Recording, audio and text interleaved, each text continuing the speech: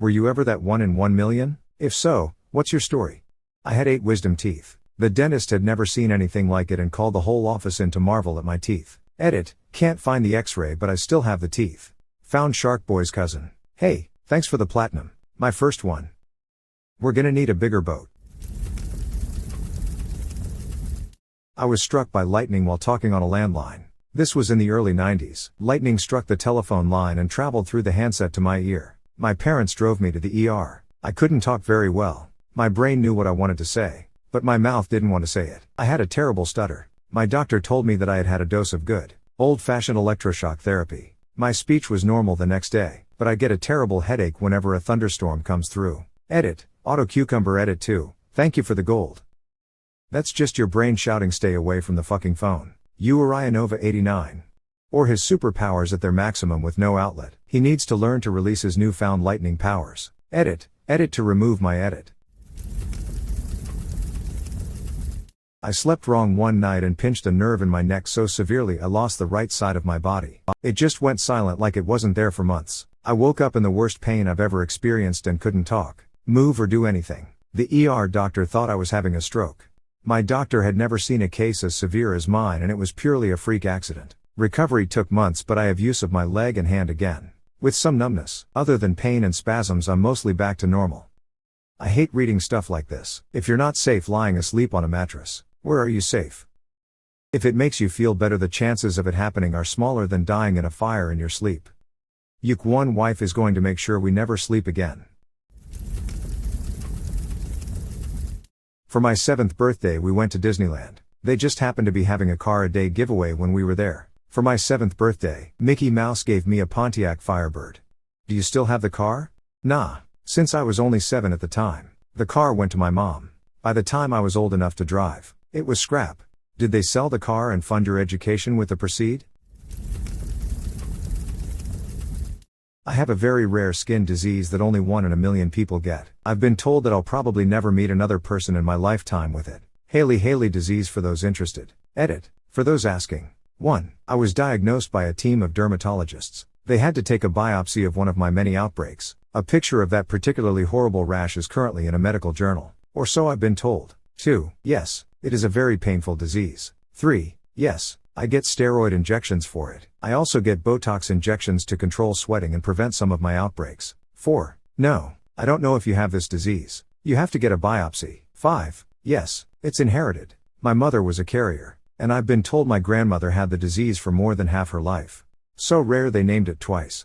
Edit, according to approximately 624 other Redditors, Manhattan is the other name. For the interested, the Haley disease was discovered by the brothers Hugh Edward Haley and William Howard Haley. That's why it's named twice. Haley 2. I have symmetric bilateral coloboma of the iris and retina. Essentially, my pupils are shaped like keyholes instead of circles. A single coloboma is pretty rare. Double coloboma is even more rare. And double symmetrical. Well, you get it.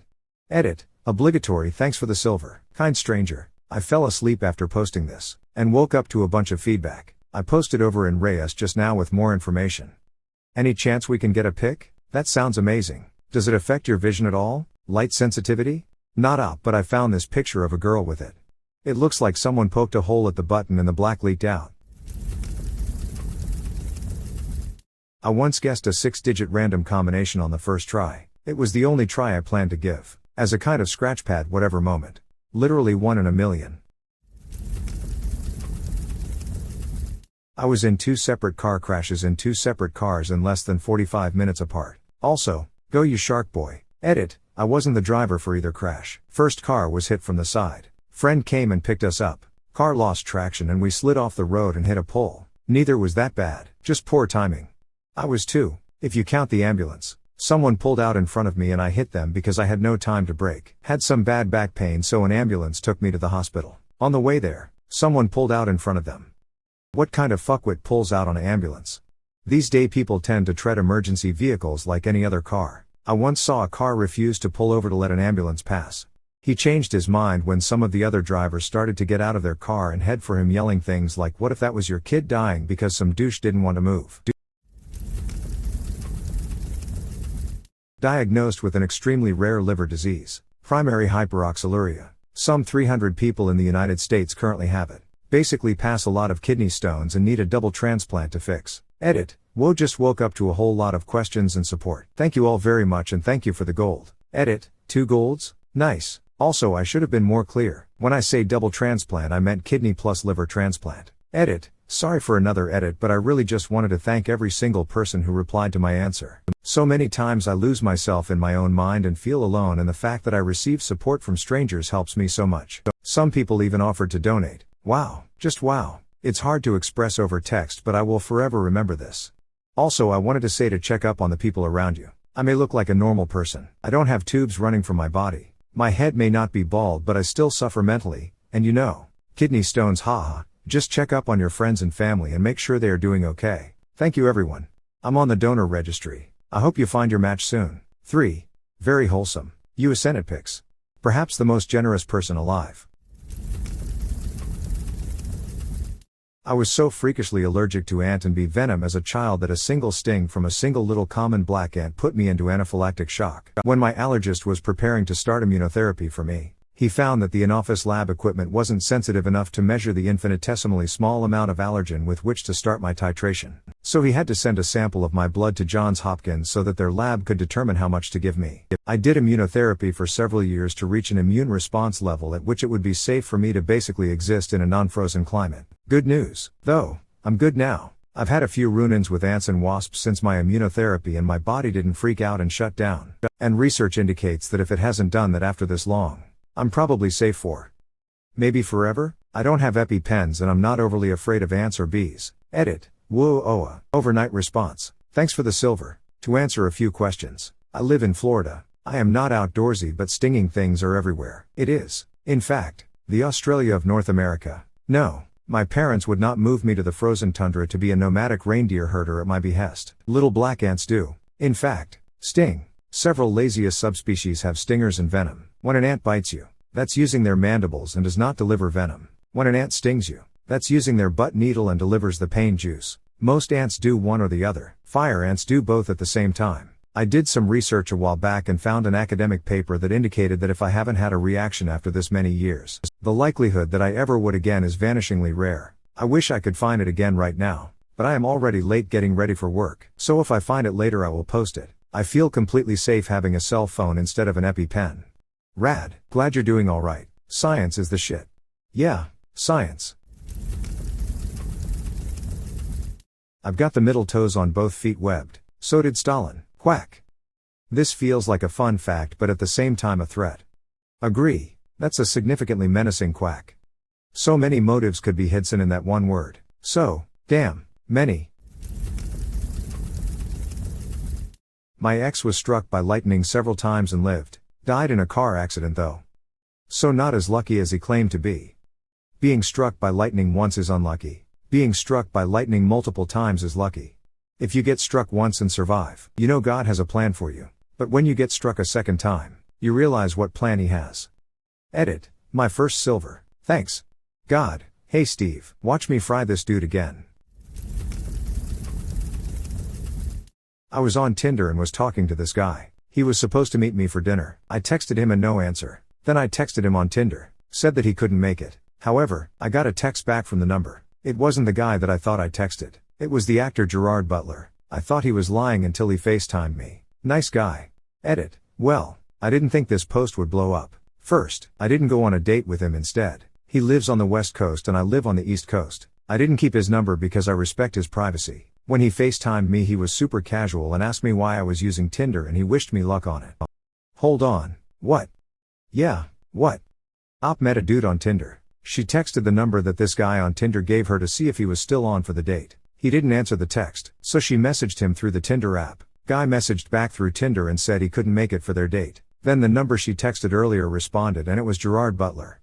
My guess is dude on Tinder either gave her a random phone number, or typed his own cell incorrectly on accident and it happened to be Gerard Butler's cell. Had 2 11 centimeters benign tumors growing in my spine, resulting in gradual paralysis from my chest down. They had no idea how the tumors formed. Surgery took 11 hours when they thought it would take 4 because the tumors were so complexly woven throughout my spine. I now have pretty much half a spine and chronic pain, but I'd take that over losing my life from paralysis and being unable to breathe. Edit. Wow. Thank you for all the support. I didn't realize this was going to blow up as much as it did. If anyone has specific questions and wants to message me, feel free. I am at your service. Thanks again for all the support and love. It made my day. XO. My dad has this, minus one of the tumors, experienced not so severe back pain his whole life. One day it just became unbearable, but doctors said you're just getting old. Go home and take some Advil. Lol. My dad said frick that. Went to a private clinic and had an MRI done on his back. Wouldn't you know it? Tumor in his spine. About 3 days later, he was on the operating table with one of the best neurosurgeons in the country. Surgery took about 9 hours. Poor Saab felt so much better after the surgery that the next day, he walked and met my mom and I at the hospital doors when we arrived. I'm happy he did that. So are we. His quality of life increased vastly after it. No more back pain ever. He says even old man back pain is nothing compared to what he was feeling.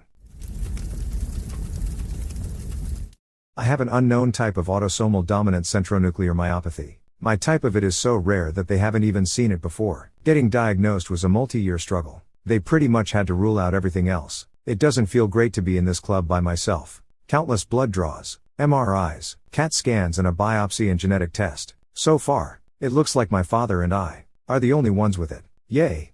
Edit. Thank you guys for all the kind messages and support. I really do appreciate it. If anyone is going through the struggle of getting a diagnosis, message me. I can't help with the diagnosis, but I can help with the feelings. Second edit. As a researcher has pointed out, this isn't really rare, just a type that hasn't really been seen in the population yet. Meaning there is certainly more people out there, just not tested or diagnosed yet. In the future, I'll probably be 1 in 50. To 1 in 100. Sorry to make everyone think I was 1 in a million. My brother and I have a new type of muscular dystrophy apparently. The biopsy sucked and I hate the permanent scar, keloid scarring, so it's bumpy and weird. Years of tests and being sedated for things. The files were so large it was insane. Going to the special kids hospitals up until we were old to say no, enough is enough.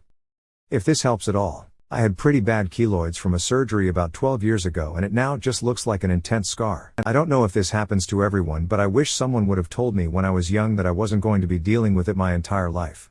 Lasering scars is a thing now, if you're interested. Got a rare but potentially deadly rash from a medication. I laughed when I first saw the bottle with the warning, and said knowing my luck I'd get it. I did. Ended up in a burn unit with my skin sloughing off. Frown, not a fun week. Edit. Holy shit. Big response. It's been amazing to hear how many people have similar stories, and are taking meds with high risk. And for those wondering what med, it was Lamictal lamotrigine for me. Steven Johnson's? Yep. You too? Should have taken your own prescription. Not Steven Johnson's. No sure about the odds on this one, but I survived a non-survivable plane crush. I was on an old Po 2, famous for being very safe and uncrushable, on a tour of the desert in western China when I was like 7. My father's friend who hosted me and piloted the plane didn't survive, but somehow I got out with a concussion and apparently passed out for almost a day in the middle of the desert. In the wreckage of the crash, 50 kilometers from the town airport, on the edge of the desert. The people who found me were some tree planters. They plant greens in the desert to protect towns from sandstorm. A lot of people live in these desert towns in China do this. Found me on their way picking up a shipment. And the only reason they looked was BC they were making a bet on how fast the egg would cook in the sand and went off the road to test. Edit. First thing first. According to legends, 15 minutes. I never tested it though. So, according to my dad's, the theory that I might have lived was because the plane was mostly made out of fabrics and wood. So when the plane crashed, the front half collapsed and took the majority of the impact. Though I got knocked out, I was probably covered under the wreckage and in the shades. It cooled me off enough to survive for a day or so. That's awesomely unbelievable. Did it make you afraid to fly, or fearless? Nah, TBH, I didn't remember enough for it to actually cause like a traumatic experience or something. One day you'll be making eggs and it will all come back in a dramatic flashback starring Nicolas Cage. I am allergic to the cold. Like literally, I get intense hives, swelling. I pass out, and throw up. Doesn't even have to be freezing. Below 45 degrees without a jacket and I can't do it. I have to carry an EpiPen with me in the event that I drink something too cold or have a severe reaction. Edit. Thank you kind stranger for my first silver. Please tell me you moved somewhere warm. It's been 4 hours. I guess the winter got him. Winter is coming. No idea on the actual numbers. But I was born with 12 fingers, identical extra digits on each hand. Edit. This blew up. So some backstory. I no longer have the fingers. My parents elected to have them removed shortly after birth. There was a video of when everyone found out. But my aunt has lost it over multiple moves.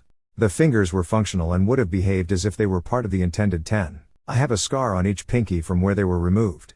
As an extra fun fact, my older sister had 2 extra toes that did not actually grow and show. They found this out in high school when she broke her foot and they went in for x-rays and found that she has extra bones in her foot that just never grew out into the toes. Edit: 2 Sorry everyone. I posted this then went to bed. Couple common questions. No, I am not from Alabama, or the South at all. The fingers would have worked and bent and functioned normally. They had bones, muscles, tendons, blood vessels. My hand is shaped completely normal. The fingers were like a double pack of Twix where they are side by side. The only thing that it would not have been able to do was move sideways very far, as there was not a lot of webbing between original pinky and extra pinky. Fun fact 2. This all comes from my dad's side of the family. My dad is born with 2 extra teeth and my sister and I have different moms. I'll try to answer any other questions that I did not cover in this. Well, I just woke up to a ton more questions. My parents decided to remove them to basically just save a child the hardship of being made fun of. Which I fully understand. Kids can be cruel and I'm sure having 12 fingers is just ammo for them. The fingers were removed by being tied off, as others have mentioned from similar situations in the thread. And no, I don't have any proof other than the scars, but they're tiny. The bigger of the 2 just looks like a tiny mosquito bite on my left pinky. The right one looks the same but is not raised. Also, this is now by far my most upvoted comment, and now I'm going to be known as the 12-finger guy on Reddit. I know of a Spaniard who might be looking for you. His name is Inigo Montoya. You killed his father. I was actually homeless for 4 years between 19 and 23 years old. As silly as it sounds, I used to earn some extra money at the time by helping around in a Yu-Gi-Oh tournament. It was my biggest hobby when I was younger and was something I felt confident about. I also didn't have a passport or a bank account, so I couldn't get a normal job, UK. Anyway, so at the time I was stuck not earning enough money. Without a passport, a bank account, or a real job. In the UK you won't get hired by 99% of companies if you don't have a passport to prove you have the right to work. So one day I got a phone call from a studio asking if I played Yu-Gi-Oh! And would consider myself a geek. Also, if I wanted to be in a TV show. They said they would send me to another country as part of it. Being homeless, the biggest problems is being bored, so naturally I said yes. But told them I don't have a passport. No problem. We'll get you one straight away and pay for it ourselves. I ended up on a show called Geeks that you can still watch on Channel 4 Odd. Because I got this passport, I was finally able to get a job, a bank account, and finally a house. Now I'm looking after my 10-month-old daughter who's playing while I type this. So Yu-Gi-Oh saved me from being homeless. I might be in anime characters. TLDR, was homeless until a TV company gave me a passport allowing me to get a job and a house. Because I played Yu-Gi-Oh! Edit. This blow up more than expected, so here are some answers to some questions. Also, thanks for the gold and silver guys. How did you have a phone? I had a cheap brick phone that would run on battery for a week. Think old Nokias. I used to charge in my local library in Peckham, London. How did I help in Yu-Gi-Oh? I was a judge for the tournaments. They're a referee for the game. How did the TV company found out about you? I was a judge for the game, basically a referee. The TV show was looking for geeks with different hobbies and they found out about Yu-Gi-Oh! After, assume a Google search. They found the person who run my local tournament to recommend different players and people. And she recommended me. Why do you need a passport? So in the UK you need a government picture ID, and a national insurance number, like social security number, in order to prove you're allowed to work in the UK. I have migraines that cause me to go part or near completely blind, so can't drive due to the risk. So don't have access to a driver's license as ID, leaving me only with a passport. Edit 2. I'm getting some people who are a little doubtful that it can be so hard to get a job while homeless, or to get ID, and are shocked it's taken me long to get out. What's important isn't what you know about the world right now. What's important is what I knew about the world as 19-year-old that just left school. Think back to that age and honestly ask yourself how easy it would be to get a job without a bank, an home address, ID, or experience of anything. Of course now as a 27-year-old I'm armed with so much more knowledge to find a way out. Edit 3. Some people have pointed out that you can get a job without a photo ID, as long as you have a birth certificate. This is true from what I've researched but isn't common practice from what I had experienced at the time. I wish I could aim this knowledge back to the past but cannot. Edit 4. Thanks for all the love and support. I'm trying to reply to everyone but the amount of comment are really overwhelming. If I don't message back in, sorry. The heart of the cards really worked out for you. Awesome story. I own a Lego minifigure called Mr. Gold. This particular minifig was to celebrate the 10th series of the LEGO figurine line. They are sort of like grab bags. You can feel for them, but you don't know what minifigure you're really going to get. So because they were celebrating, they thought it was a good idea to only make $5 of these. Anyways, when I was younger and even now, I was really good knowing which figures they are simply by looking at the figures pieces and feeling out those pieces. I really like the minifigures cause I thought they were really cool and unique, so I really wanted Mr. Gold, and me and my mom hunted for it for a long time, but after a while I gave up. Then one day I was at the LEGO store and felt the distinct diamond piece and freaked out. Finding this figure was a downright fantasy. I'm 18 now and still want to relive 12-year-old me's pure joy as he opened the packaging. Edit. Thanks for making me Mr. Gold twice. Also 2 words. But now you're Mr. Platinum.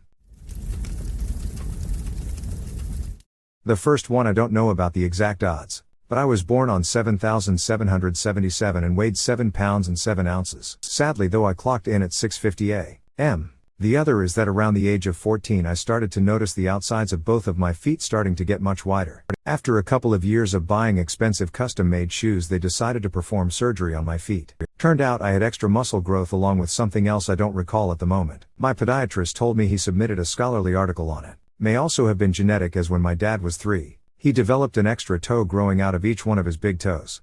So close to 777 a.m. But pretty far from 7777. Assuming you're using the 100-hour clock.